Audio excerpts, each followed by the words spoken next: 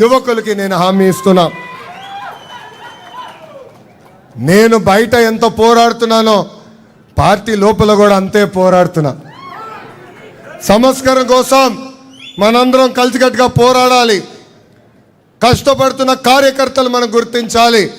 ఆ పవిత్రమైన బాధ్యత నా పైన కూడా ఉంది. కష్టపడిన కార్యకర్తను గ్రామ స్థాయి నుంచి పాలిట్ బ్యూరో స్థాయి వరకు తీసుకెళ్లాల్సిన బాధ్యత మన పార్టీ పైన ఉంది. అందుకే మీరు చూడండి, ఈరోజు జాతీయ అధ్యక్షులు గారి పక్కన వెనకాల ఎవరు కూర్చున్నారో,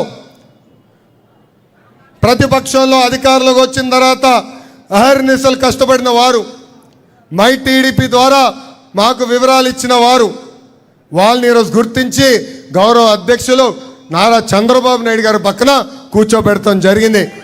అందుకే ఇక్కడున్న కార్యకర్తలందరినీ కోరుతున్నా, మీ పని గుర్తించాల్సిన బాధ్యత మా పైన ఉంది. కానీ మీరు కష్టపడిన విధానం మాకు చెప్పాల్సిన బాధ్యత మీ పైన ఉంది. అందుకే మై టీడీపీలో అప్డేట్ చేయండి. పార్టీ పిలిపించిన ఏ కార్యక్రమం అయినా అది మై టీడీపీ ద్వారా పార్టీకి తెలియజేయాలని ఈ సభాముఖంగా కార్యకర్తలందరినీ నేను కోరుతున్నా. అంతేకాదు, మన పార్టీలో ఒక జబ్బు ఉందండి. ఆ జబ్బు పేరేంటి? గట్టిగా చెప్పండి.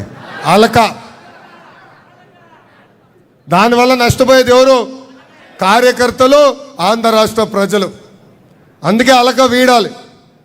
మై టీడీపీలో సిబిఎన్ కనెక్ట్ అని ఉంది.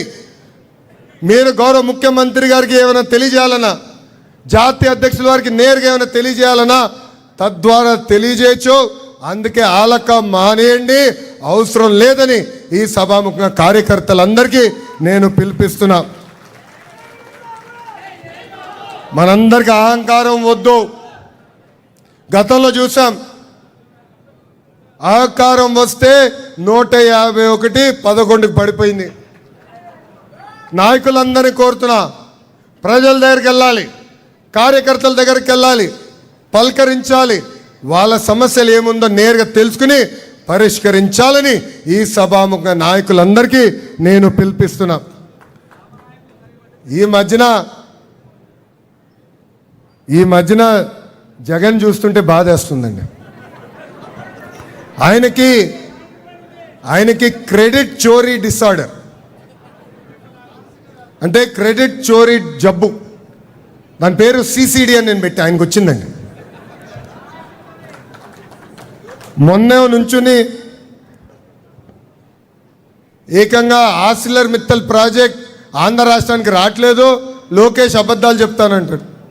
భూమి పూజ అయిన తర్వాత ఏకంగా ఆయన బయటకు వచ్చి నేనే తీసుకొచ్చాను, వాళ్ళ భూమి నేనే గెట్టేచ్చా అంటాడు. పాపం ఆయనకి ఈ జబ్బు నుంచి త్వరగా కోలుకోవాలని ఈ సభాముఖంగా ఆ దేవుడు కూడా నేను ప్రార్థిస్తున్నా. తెలుగుదేశం పార్టీలో కార్యకర్తలే అధినేత. భారతదేశంలో ఏ పార్టీకి లేని విధంగా 1 కోటి మంది కార్యకర్తలు తెలుగుదేశం పార్టీకే సొంతం. అందుకే ఈరోజు చూస్తే గతంలో ప్రమాద బీమా కింద 2 లక్షల రూపాయలు వస్తే ఇప్పుడు అది ఏకంగా 5 లక్షల రూపాయలకి పెంచారు మన సిబిఎన్. ఇప్పటి వరకు కార్యకర్తల సంక్షేమం కోసం